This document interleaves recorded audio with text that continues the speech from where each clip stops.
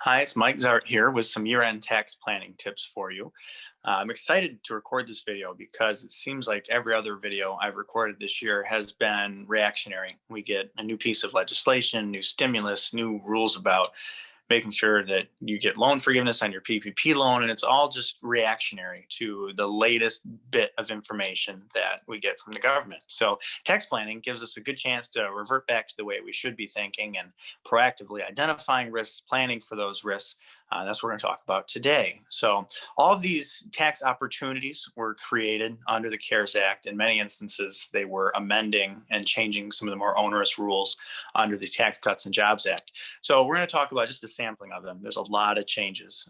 So the big takeaway from this video should be call your tax attorney, call your CPA, do it before the end of the year to get a feel for where you're at tax-wise and get an understanding of how all these various tax rules could impact you and the proactive moves you might want to make between now and the end of the year.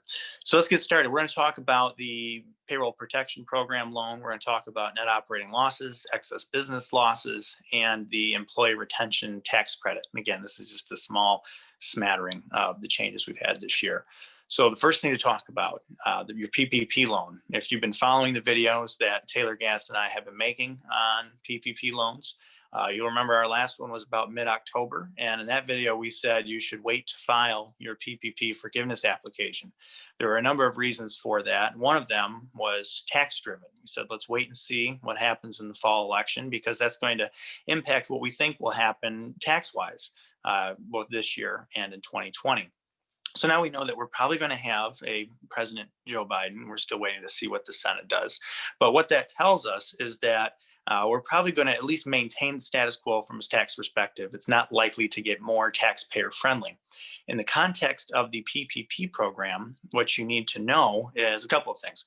First is that the CARES Act created a default rule that your PPP loan proceeds would not be taxable income once it's forgiven. And that's a good rule, because the default rule under the tax code is that if you get a loan forgiven, it's taxable income.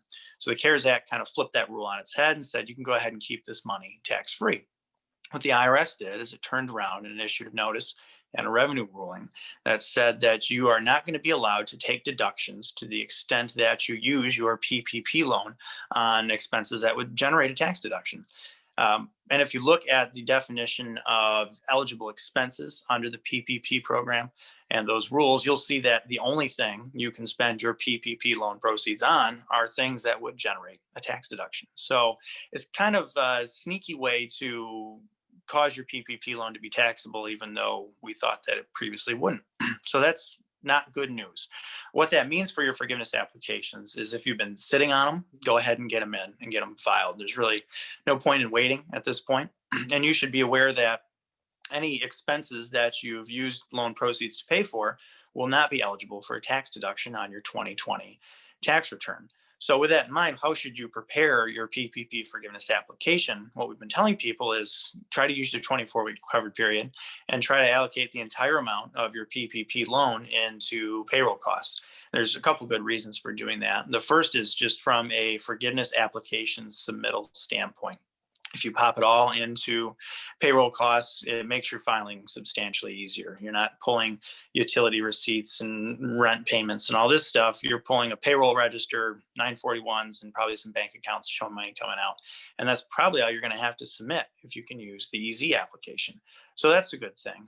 It also makes your tax planning easier, right? Because if we allocated all the wages, you've just got one line item on your tax return for the wage expense reduction. And you're going to take your gross wages, reduce it by the amount of your PPP loan, and that's your new wage expense reduction. So it makes tracking it through your tax return easier than if you've allocated to utilities and rent and mortgage interest, all this stuff. Now you've got to find multiple line items in your tax return and make the corresponding adjustments depending on how you spent your PPP dollars.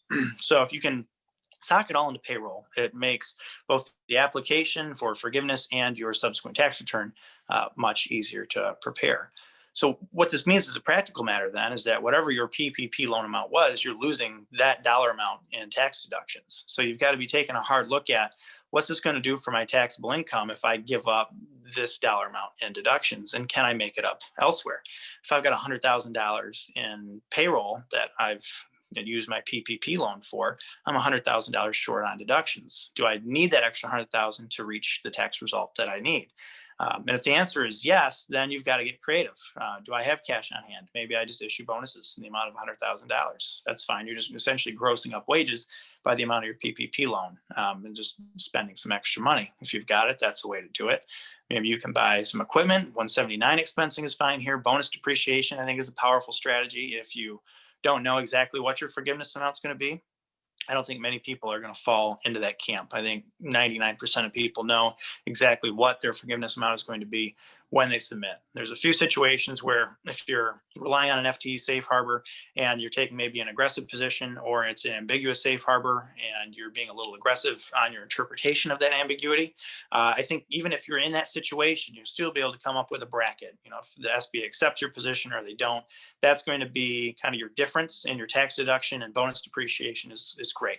If you need the additional deductions, you elect bonus depreciation, and if you don't, you take standard depreciation. And you don't have to make that decision until your tax return is filed well into 2021, and by then you'll have clarity on your PPP forgiveness amount. You can see all the moving parts on this, so it's really important that you are kind of getting a feel right now for what your anticipated tax liability is going to be, and determining if you need to generate extra expense deductions to make up for those disallowed deductions in connection with your PPP forgiveness amount. And that gets us into our next planning topic. It's kind of outside the PPP program, and it relates to net operating losses. So we've had changes made by the Tax Cuts and Jobs Act. You'll remember those. It took NOLs and got rid of the carryback, except for farmers, carried forward indefinitely, but it made them only worth 80 cents on the dollar.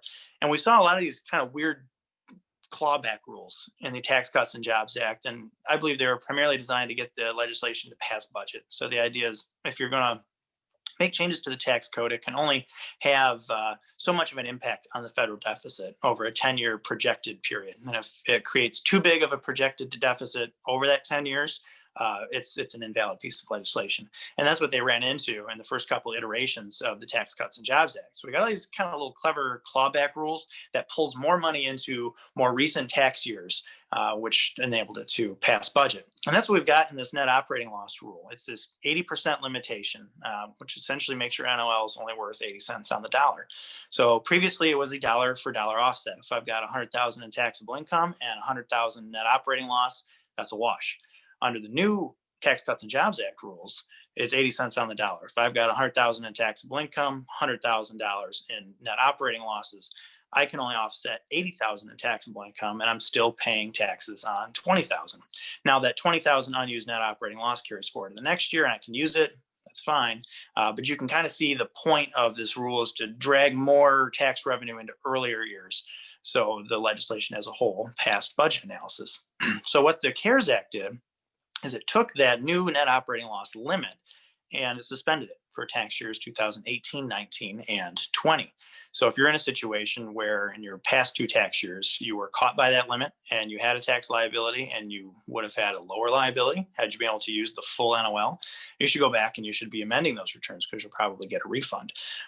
Same thing for this year. If you've got a big NOL and a big tax liability, you should be using that up, because this is the last year that you can use it on a dollar for dollar basis, and the year following it's only worth 80 cents on the dollar. So that's a very simplistic analysis of these NOL rules. There are various things related to carrybacks and carry forwards and the impact on tax attributes if you go back and amend your NOL treatment. So it's not as easy as just go back and amend the return and wait for my money to come in the mail. For some, it might be, but it's not that simple. But you see the nutshell version, and you should talk to your CPA about whether that's something you should be doing. The next thing we should talk about is the excess business loss rule. This is a brand new rule that was created by the Tax Cuts and Jobs Act. And same thing, the whole point was to draw more tax revenue into earlier tax years, so the legislation passed budget. And what it does for non-corporate taxpayers, so we're talking primarily, individuals here, it limited your loss deductions to $500,000 for a married filing jointly taxpayer. And if you had business losses in excess of $500,000, they got suspended and changed into a net operating loss and carried forward indefinitely under the NOL rules, where they're only worth 80 cents on the dollar. So the CARES Act, again, suspended that excess business loss rule for 2018, 19, and 20. So Same story here with the NOLs. If you were caught by that excess business loss rule in prior years, or if you thought you'd be caught by it in this year, it's no longer applicable. So you should be looking at, do I go back and do I amend those prior returns? And what can I do this year to perhaps utilize a larger loss that I won't be able to utilize next year? And same thing, there's tax attribution issues here if you decide to do that. So make sure you're contacting your tax lawyer and your CPA to make sure that's a good fit. The last thing we want to talk about here before we wrap up is the employee retention tax credit. So this is a brand new tax credit created by the Tax Cuts and Jobs Act. It essentially limited the amount of withholdings that you pay in, and that's how they pay the credit to you. And this was available to nearly every employer. The exclusions were governmental units and folks with small business loans. And the tax credit is 50% of wages paid per employee up to $10,000. So that's a $5,000 per employee tax credit that's eligible to you. But in order to be eligible for this tax credit, you've got to fit into one or two buckets. Bucket one is that you were shut down due to a governmental order. And bucket two is that you've had a reduction in gross revenues. And what they want you to do is take your gross revenue for any quarter in 2020, compare it to that same quarter in 2019. And if you've had a drop of 50% or more, you're eligible for the tax credit. So if you're looking at, quarter two of 2020, when we've had the stay home order, and in March and April and May, when things were very slow, April, May, and June. You compare that to 2019, if your revenues were 50% or less of what Q2 of 2019 was, you're eligible for this tax credit. And again, that's the very overly simplistic overview of the employee retention tax credit. If you go to the IRS page for this tax credit, they have what was originally intended to be a very helpful FAQ page to kind of determine what's my extent of eligibility, what do I got to do to make sure I qualify, how do I substantiate, all these good things. And I think we're almost to 100 FAQs on this thing. There are so many small details that didn't get covered in the rush to create this tax credit that if you're using it or have used it, you just want to be very careful. If you've been operating in the ordinary course, you fit the main requirements, you're probably fine. If you've been engaged in any M&A transactions or things like that involving PPP loans or not, that creates a completely different set of issues, and you've got to be more careful. So again, make sure we're evaluating that now, making sure we're being proactive. These are one of the few things that we can identify ahead of time, and making sure that we are planning proactively. So if any of these are ringing some bells for you, if you're just curious as to, here's my business situation, here's how I've been impacted by COVID, what things should I be thinking about when I contact my CPA before the end of the year to talk about my tax situation, feel free to reach out to me. Feel free to reach out to your contact at Foster Swift. We'll put you in touch with whomever you need to have a more detailed discussion about your specific situation.